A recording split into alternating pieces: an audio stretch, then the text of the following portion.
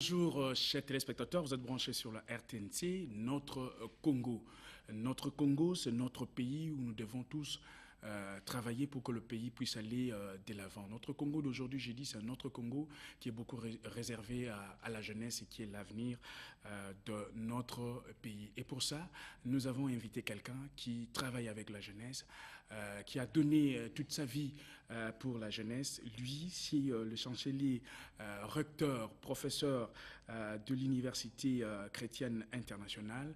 J'ai bien dit, monsieur Stéphane Nzita Dinzita, qui travaille dans cette université pour la formation de jeunes Congolais. Comme a dit Pascal Taboulay, que Congo et Lobby, Banabakosa Lisayo, Batoubazo Kenenma Université. Et les gens qui vont à l'université, ce sont beaucoup plus de jeunes qui sont formés pour la gestion un jour de notre pays. Et il est là, je lui dis bonjour monsieur Stéphane Nzita Dinzita.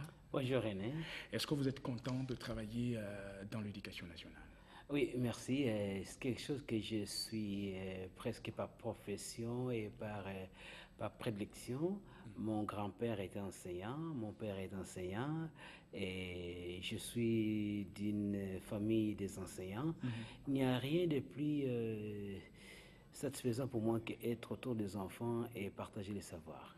Alors, avec vous, nous allons parler de la nouvelle citoyenneté dans les universités, dans nos instituts supérieurs. Nous allons prendre le cas de votre université, c'est l'Université chrétienne internationale. Nous allons voir comment marche la citoyenneté au sein de votre université. Alors, pour bien commencer, quelle est votre compréhension de la citoyenneté?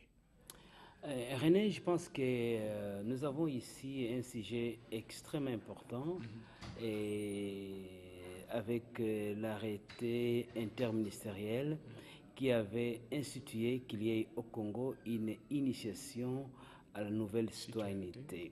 Alors, quand nous parlons de la citoyenneté, il est important que si il s'agit de l'universitaire à qui on parle, qu'on arrive d'abord à situer les quatre coins cardinaux de la citoyenneté.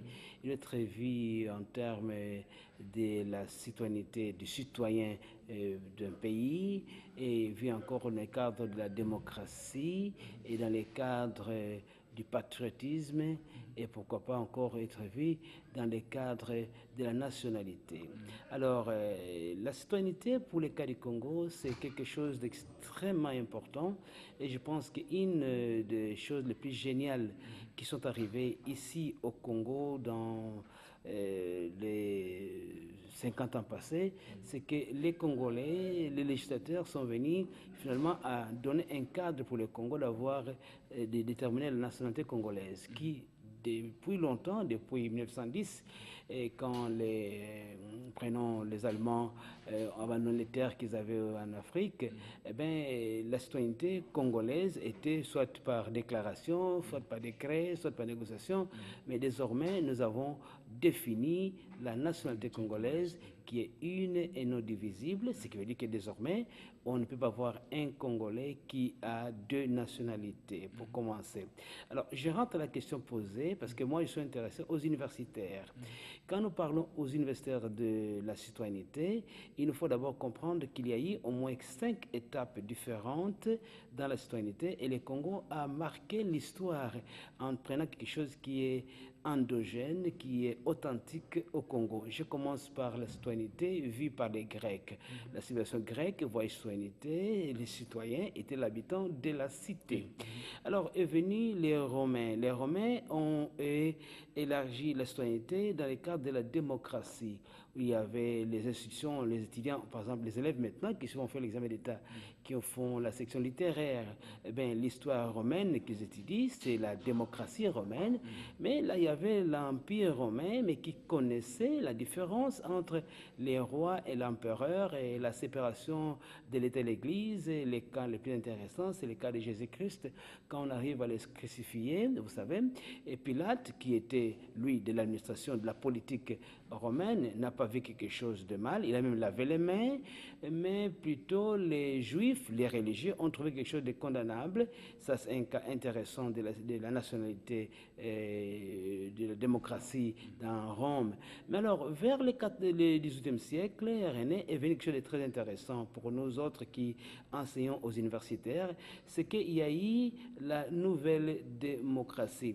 Eh bien, il y avait Jean-Jacques Rousseau qui parlait en France et John Locke qui parlait dans les camps anglophones. Il y a eu un parallélisme, si vous voulez, et de nouvelles manières de voir la démocratie.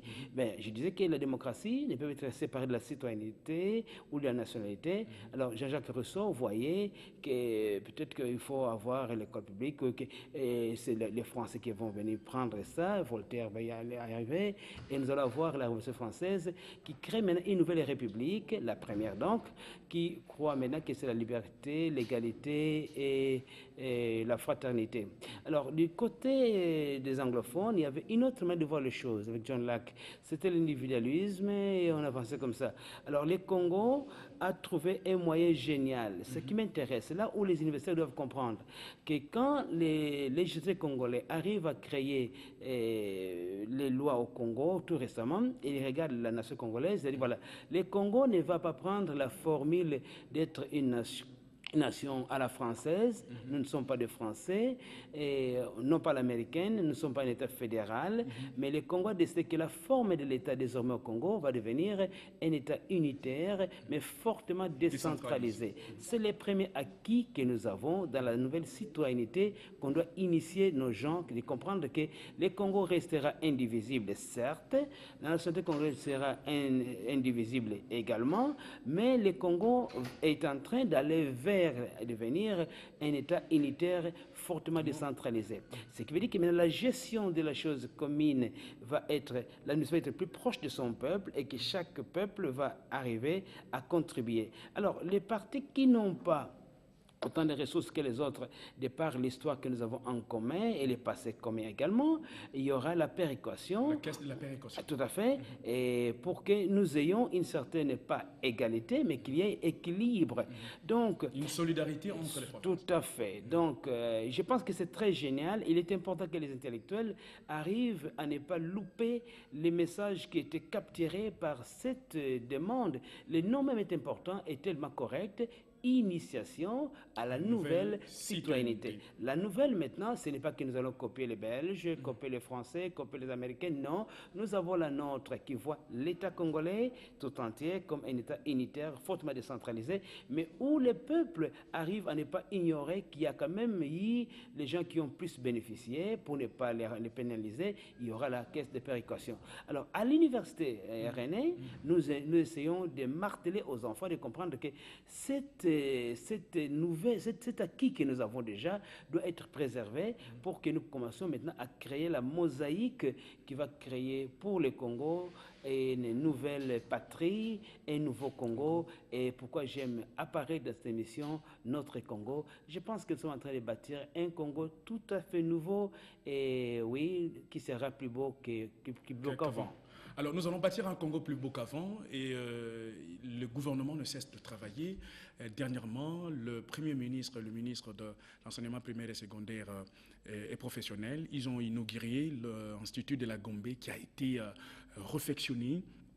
Parce que je suis avec M. Nzita, les élèves, quand ils terminent, ils vont à l'université, mais il faut déjà qu'ils soient préparés au niveau de l'école primaire et de l'école secondaire. Je sais que les profs d'université, très souvent, font valoir leur diplôme, mais ils oublient qu'il y a le maître, il y a l'enseignant au niveau de primaire et secondaire qu'il faudrait aussi prendre en compte dans la rémunération, aussi dans la considération dans la société. Souvent, suivons et rentrons sur ce plateau après.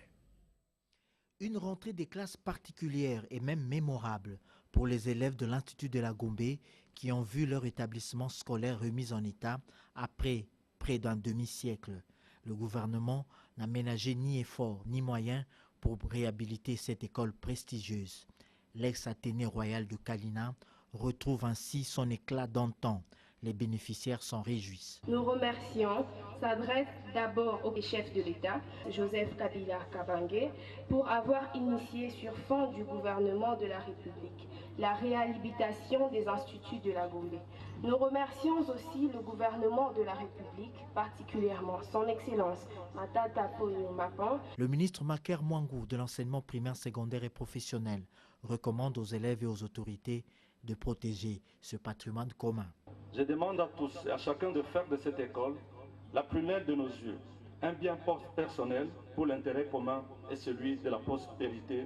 Après avoir remis les clés du bâtiment à la tutelle, le Premier ministre Matata Ponyo a fait la connaissance du bâtiment. Ici, en 6e année littéraire, devant les finalistes, Matata Ponyo a tenu un discours qui lui est si cher, celui de la rigueur. Je voudrais que vous sachiez qu'il y a des symboles de la rigueur dans la vie et que la rigueur constitue la fondation du succès. Comme vous êtes encore à ce niveau-ci, il faut mettre ça dans votre tête que la rigueur, c'est la clé de votre succès.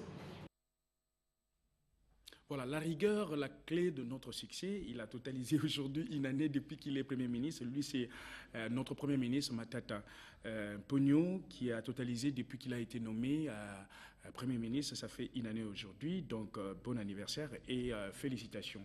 La rigueur est la clé de la réussite. Votre réaction, monsieur le professeur? Il n'y a pas de contestation. Je pense que sans rigueur, on n'a rien. Je pense que ce qui se passe maintenant dans notre pays, c'est qu'il y a une prise de conscience où le peuple congolais s'attendait à quelque chose un peu rigoureux. Et maintenant, quand on parle de la rigueur, nous commençons un peu à voir, par exemple, dans la fonction publique, il y a la bancarisation du personnel.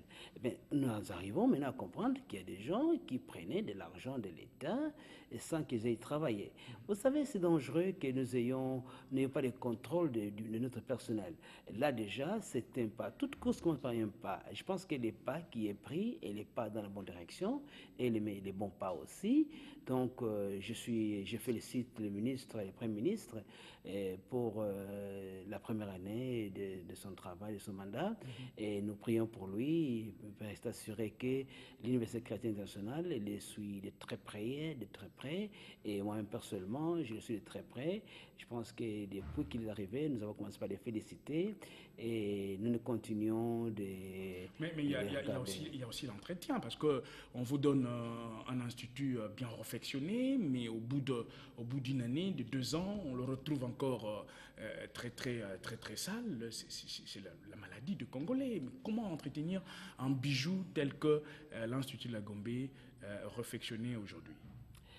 Vous savez, René, je pense que j'ai un proverbe Yombe qui dit que si on concentre à... Mais comment on dit ça en langue? Bon, je vais commencer d'abord à traduire. Hein. Ouais, allez-y. Si on commence justement à trop critiquer, on risque de ne pas être à mesure demain. Alors, je vois la jeunesse aujourd'hui. Quel est l'élève qui va à l'école? D'abord, l'entretien d'une école dépend d'abord de l'enfant qui y est arrivé. Et comment arrivent nos enfants à l'école? Dans quelles conditions ils viennent à l'école? Et ils ont quoi? Nous sommes dans un pays tropical où il y a la pluie. Donc, les enfants parfois viennent en classe mouillée parce qu'il n'y a pas eu de moyens de transport. Et ils viennent parfois salis parce que dans les bus, il y avait... Donc, nous avons encore beaucoup à faire. À part trouver ce que les élèves ont fait du mal, nous devons savoir qu'est-ce que nous pouvons faire en tant que société pour continuer à améliorer ce qui est là? Parce que vous savez, avoir un nouveau bâtiment, c'est comme avoir une nouvelle chemise. Ça n'a pas encore terminé. Il faut la renvoyer à être lavée, nettoyée, ainsi de suite. Donc la maintenance et la réparation sont partie d'un patrimoine de modernisation. Donc la question devient maintenant, qu'est-ce que nous allons faire pour garantir qu'il y aura maintenance et réparation de ce que nous avons eu? Parce qu'avoir une chose nouvelle, c'est bien beau, mais est-ce que nous avons appris à les maintenir et à les réparer? Donc, ce n'est pas beaucoup voir que les jeunes gens détruisent, mais je pense que les jeunes gens au Congo sont en difficulté. Nous avons une jeunesse qui traverse des conditions que si nous étions là, nous autres, et traverse ce qui traverse, je ne pense pas que ce Congo serait ce qu'il est aujourd'hui. Vous savez que les enfants et les femmes sont deux groupes de gens au Congo qui n'ont jamais commencé une guerre et qui n'ont pas encore géré. Hein. Alors, je pense que ce sont les hommes de mon âge, et un peu plus ou moins, qui ont presque commis plus de dégâts. Alors, aujourd'hui, l'enfant qui est né en 97, qui a maintenant 16 ans, a déjà fait 3 écoles, 4 écoles qu'il a changées. L'enfant qui avait 5 ans, 6 ans en 97 est maintenant peut-être encore en 5e, 6e secondaire ou sinon à l'université. Et celui qui avait 12 ans a terminé le G3, mais quand il termine le G3, il va chercher une bureautique pour apprendre comment saisir à la machine, alors que lui est ingénieur en informatique. Donc, il nous faut voir qu'il faut une refondation totale du Congo et qui commence, oui, par les nouveaux habits que nous donnons à nos bâtiments, mais je pense que c'est là où ça vient encore. Nous devons refonder la mentalité congolaise. Je n'aime pas prendre beaucoup de clichés qui peuvent rien dire. Alors, il faut refonder la mentalité congolaise. Qu'est-ce que vous, dans votre université, l'Université chrétienne internationale, vous enseignez comme éducation à la citoyenneté aux étudiants? Bon, nous avons pensé, nous autres, que l'éducation citoyenne, nous sommes une école, une université chrétienne, où les valeurs chrétiennes sont le socle, la base de notre fondation. Et si nous sommes là, c'est parce que nous croyons que Christ nous a appelés pour venir à ces jeunes gens. Imaginez-vous quand un jeune homme va à l'école, à l'université, fait l'examen, et l'examen est perdu. Imaginez-vous une jeune fille qui va à l'école, à l'université, la personne qui les respecte le plus, c'est son professeur, et qui lui demande une faveur sexuelle. Donc, ces antivaleurs, et que le ministre Tchelo est en train d'attaquer, était devenu presque une monnaie courante dans nos universités. Donc nous sommes venus avec un agenda tout à fait moral en disant que nous voulons créer un milieu où l'enfant chrétien, où l'enfant qui se respecte ne sent pas gêné, où nous allons encourager pas la médiocrité mais l'excellence. Donc nous croyons à une philosophie chrétienne. Donc l'éducation à la citoyenneté chez nous est combinée dans un tout, un parallélisme convergent que nous appelons éducation chrétienne, philosophie 2, l'éducation chrétienne et éducation à la citoyenneté. Bon, comme ça, nous parlons en tant que chrétiens. Pourquoi, René? Vous savez, quand Paul, en Actes chapitre 22, Paul est mis en prison illégalement parce qu'il était frappé par quelqu'un, alors qu'il connaissait les droits d'un citoyen romain. On ne peut pas frapper un citoyen romain. Et Paul dit, avec ça, je dois voir l'empereur. C'est là où nous avons la naissance de Malte. Et Paul, Agrippa, quand il est venu, il pensait être corrompu. Parce qu'il faut une intransigeance à la corruption. Nous disons à nos enfants, nous croyons au principe de Malte. Hein? La suprématie des droits. Donc le droit est au-dessus de nous tous. Et il y a intransigeance à la corruption.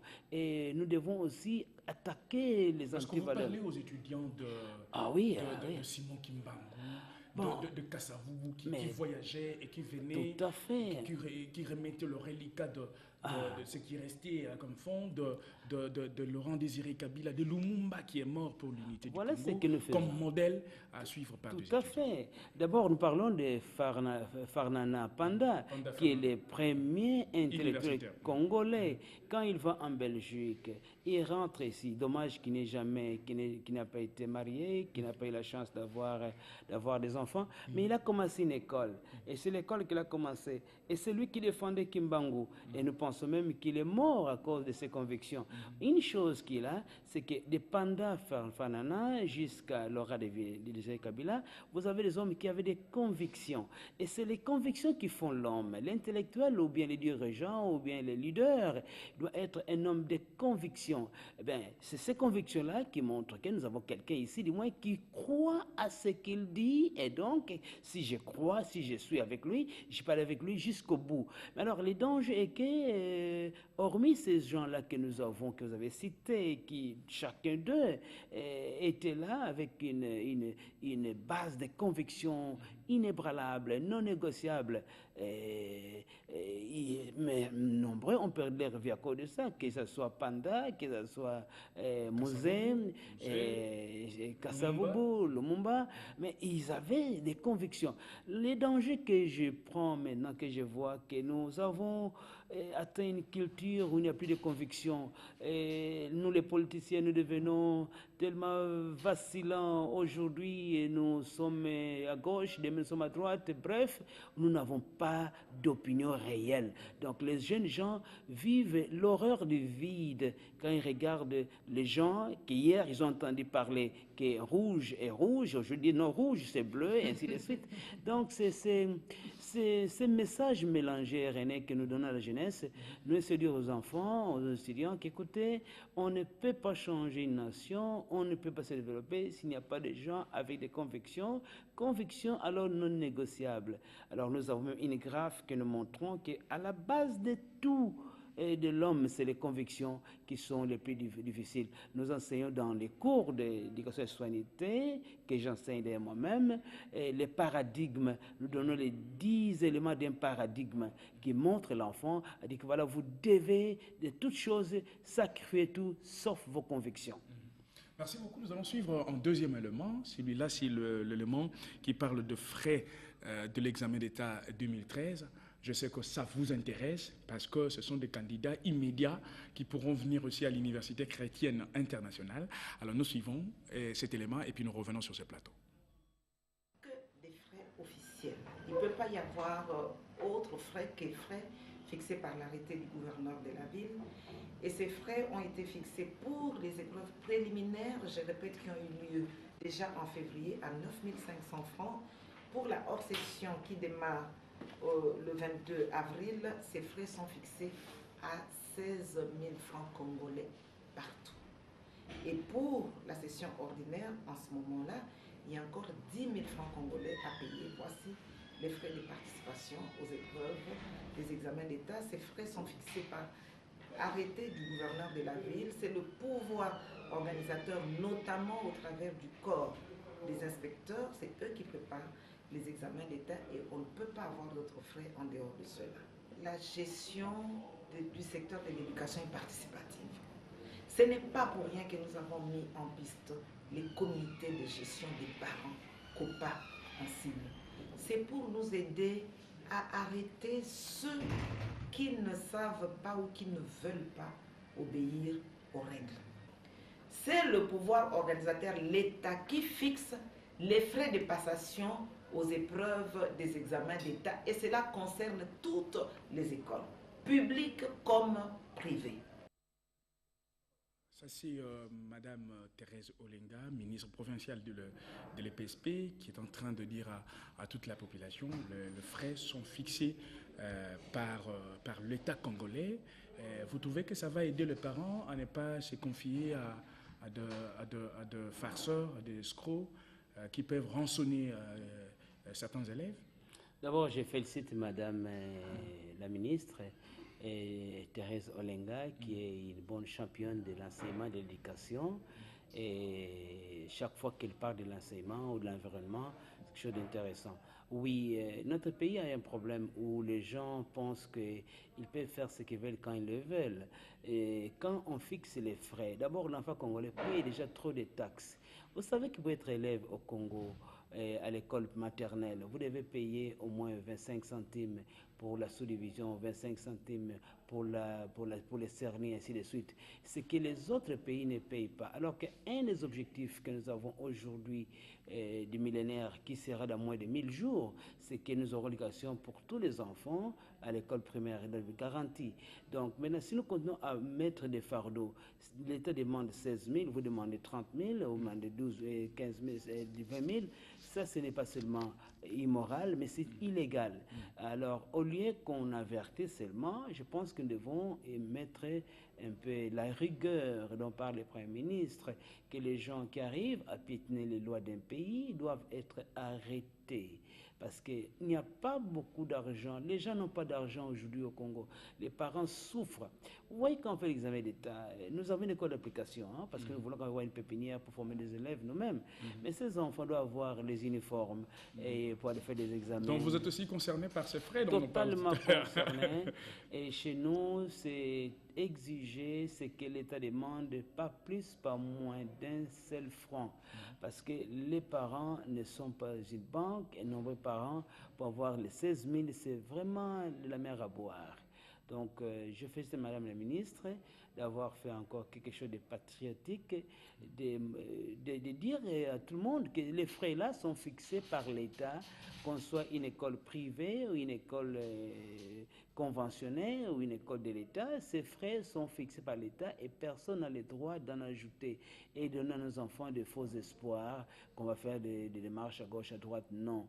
Nous pensons que l'enseignement, c'est un travail d'une grande abnégation et qui ne demande pas qu'on puisse exploiter les enfants.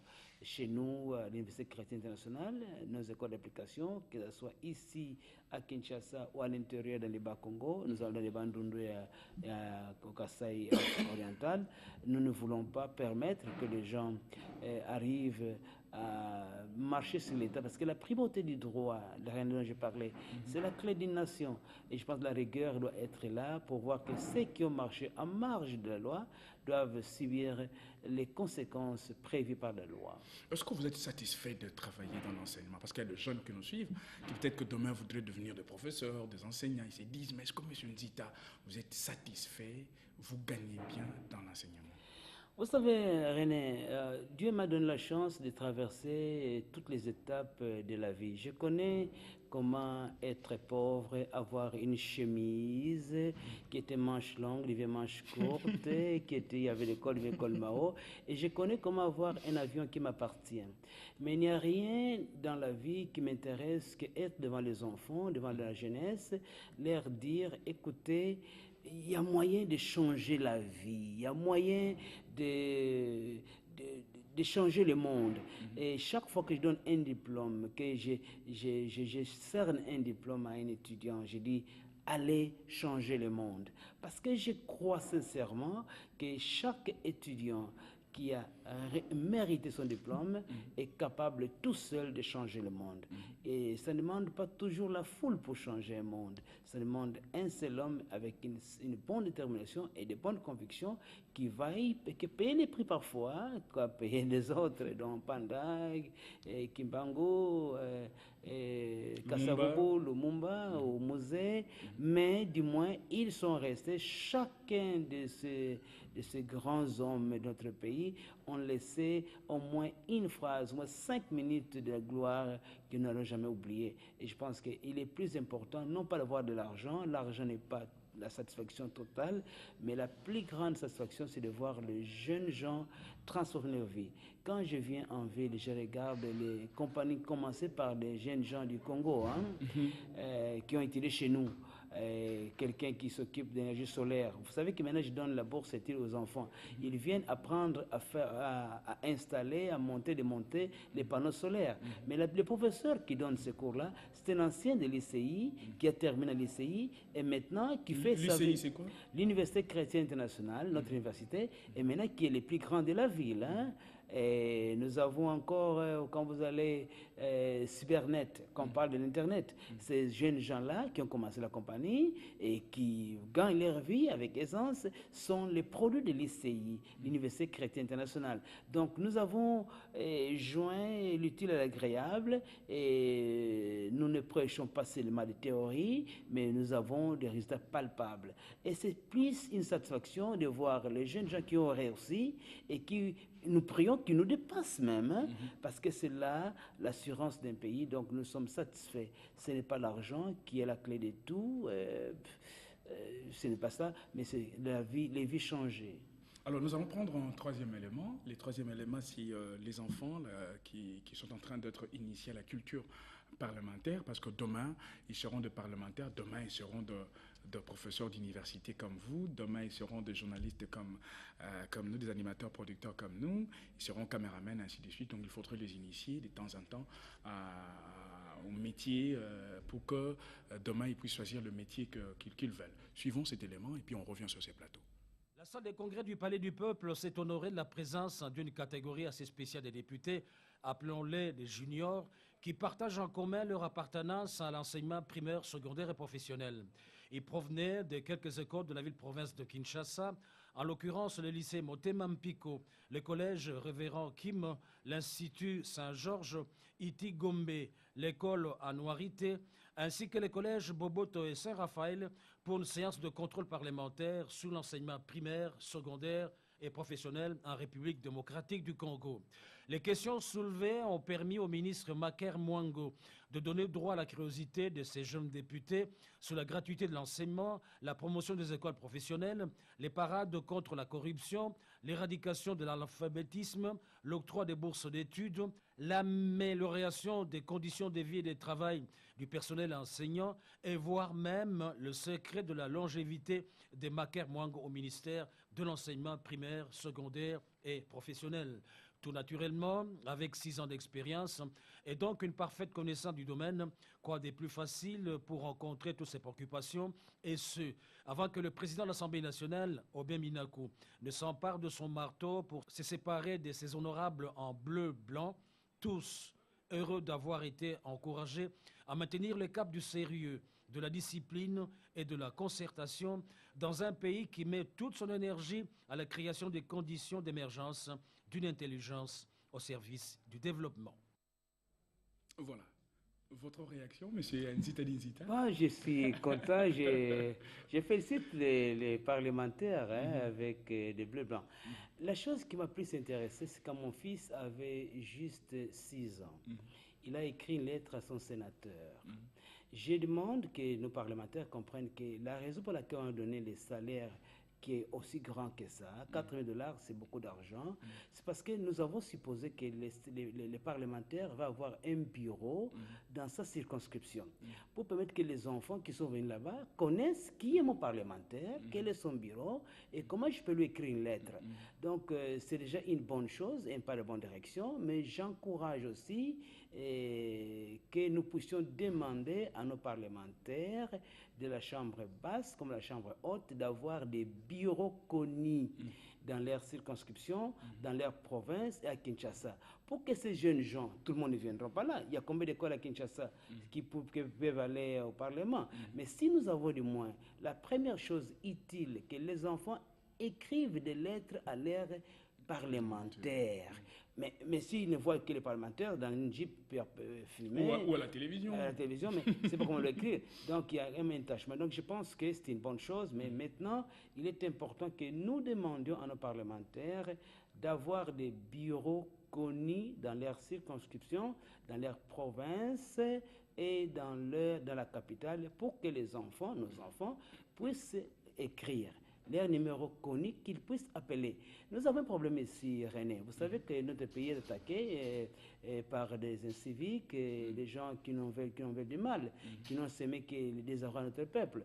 J'ai demandé, là où moi j'ai vécu pendant 19 ans aux États-Unis, partout où j'ai été, j'ai demandé que les gens écrivent à leurs congressmen. Ils ont écrit, ils écrivent. Ils disent que ce qui se fait au Congo n'est pas normal. Ils prennent la pétition que j'ai écrite sur l'Internet. Ils copient, ils envoient. Parce qu'il y a la capacité d'envoyer des lettres à ces congressmen. Et nous avons commencé à l'Université chrétienne nationale, à partir de ce mois-ci, une formation de maîtrise en droit international humanitaire. Et j'amènerai des professeurs qui viendront des États-Unis, qui viendront de l'Europe, qui viendront peut-être de l'Afrique même, pour venir ici, parce qu'il nous faut former des Congolais qui comprennent les besoins du Congo et qui résolvent les problèmes du Congo. Alors, je vois que ce qui est commencé au niveau du Parlement amène les enfants, c'est une très bonne chose. Je félicite le président de la Chambre basse, mais je demande aussi que nous demandons, que nous exigeons que nos députés aient des bureaux et des numéros de téléphone connus et même des emails pour que nous écrivions, pour que nous disions, voilà comment écrire à son congressman. Alors, tout à l'heure, je me disais que monsieur a parlé des étudiants que nous formons, qui doivent demain gérer la République démocratique du Congo. Lors de foires de l'enseignement supérieur qui sont organisées par, à l'époque c'était avec Machako à Mamba, on parlait de l'université et le monde du travail. Est-ce que chez vous, vous faites cette liaison entre l'université et le monde du travail pour que les étudiants, après avoir terminé, ne soient pas désemparés, qu'il y ait une grande distance entre la théorie accumulée à l'université et le monde du travail? René, c'est une très bonne question parce qu'il y a toujours l'inadéquatie entre l'université et l'emploi. À l'Université chrétienne internationale, nous avons résolu ça d'une manière tranchante. La première chose qu'on a faite, c'est que dans toutes les facultés, nous avons fait des petites formations à courte durée. Prenons la personne qui fait les pétroles. Cette personne-là doit apprendre, par exemple, comment être un prospecteur minier, comment être un assistant foreur. Ce sont des cours qui sont basés dans son programme, mais au bout de 3 mois, on donne d'abord ce certificat-là, et puis pendant les restes de sa formation, on retranche l'argent qu'il a payé durant la formation pour justement réduire l'écart entre la théorie et la pratique. Mais également, après chaque enseignement chez nous, l'étudiant est obligé de faire 2 choses. La première, c'est de faire un projet de un travail de fin de module où il prend un sujet qui l'a intéressé et l'étudiant a écrit ce sujet-là. Et nous l'envoyons à l'industrie, voir un peu ce qu'on apprend ici, est-ce qu'il y a, quelles sont les choses qui sont différentes et comment les sont appliquées. Donc il y a un mariage juste entre l'industrie et l'université. Donc c'est un moyen pour nous de réduire l'inadéquatie entre l'université et le monde de l'emploi. C'est une des choses qui ont marqué l'Université chrétienne internationale, que quand nous prenons un enfant qui veut faire la médecine, mais le médecin est formé autour du malade. Ce n'est pas un visiteur qui va de manière occasionnelle d'un hôpital qui n'est pas le sien et aller voir le malade, mais il est formé autour du malade. Et là, pendant peut-être 4 ans, 5 ans, 6 ans, 7 ans, l'enfant est autour du malade et écoutez-moi, il peut peut-être pas définir tous les mots, mais parce qu'il y a une partie qui vient avec la pratique et l'autre avec la théorie.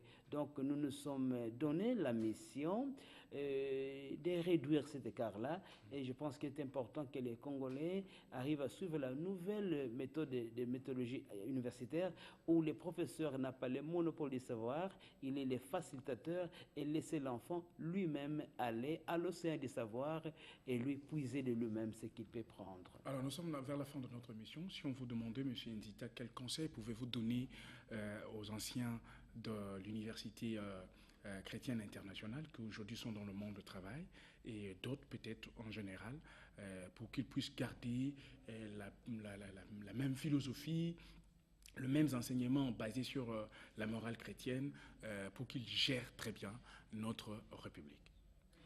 Je dirais ceci, le Congo est détruit par les Congolais malgré que nous accusons tout le monde. Quand on vous place devant une responsabilité, ce n'est pas pour s'enrichir, mais on est là comme un serviteur. Nous avons appris à nos enfants d'être des leaders serviteurs. Kassavubu était un leader serviteur qui remettait même l'argent qu'il n'avait pas utilisé. Donc on n'est pas intelligent parce qu'on est devant une caisse de l'État et qu'on a volé tout ce qui était là. Non, on n'est pas intelligent. On a détruit les fibres même de son pays. Parce que j'ai défini l'éducation comme quoi l'éducation est le logiciel de base sur lesquels rebondit l'individu face aux circonstances de la vie. Donc l'homme ne peut faire que ce qui est de son éducation. La personne qui vole au ministère a eu une éducation de voleur. La personne qui tue a eu une éducation de tueur. Donc nous avons formé des enfants dans la morale chrétienne et nous attendons d'eux qu'ils soient des ambassadeurs de Christ là où ils sont. Les Congos a besoin des hommes et des femmes qui seront intègres et qui auront la rigueur, pas juste des mots, mais une rigueur de l'action et d'engagement, des convictions. Merci beaucoup, chers téléspectateurs. C'était là notre Congo. Aujourd'hui, nous avons reçu M. Stéphane Nzita Dinzita, chancelier, recteur de l'Université chrétienne internationale. Nous avons parlé avec lui de la nouvelle citoyenneté dans nos universités et nous avons pris les cas de son université, qui est l'Université chrétienne internationale. Donc aujourd'hui, au cours de cette émission, nous avons appris que vous avez aussi une école d'application. Nous vous disons bravo, la pépinière de cette université. Alors, quant à nous, on se verra le lundi matin. Je vais vous retrouver le lundi matin dans notre Congo de lundi matin. Monsieur Nzita, c'était un plaisir pour nous de vous recevoir. Merci de m'avoir invité, René. Merci beaucoup. Allez, on se voit demain. Merci.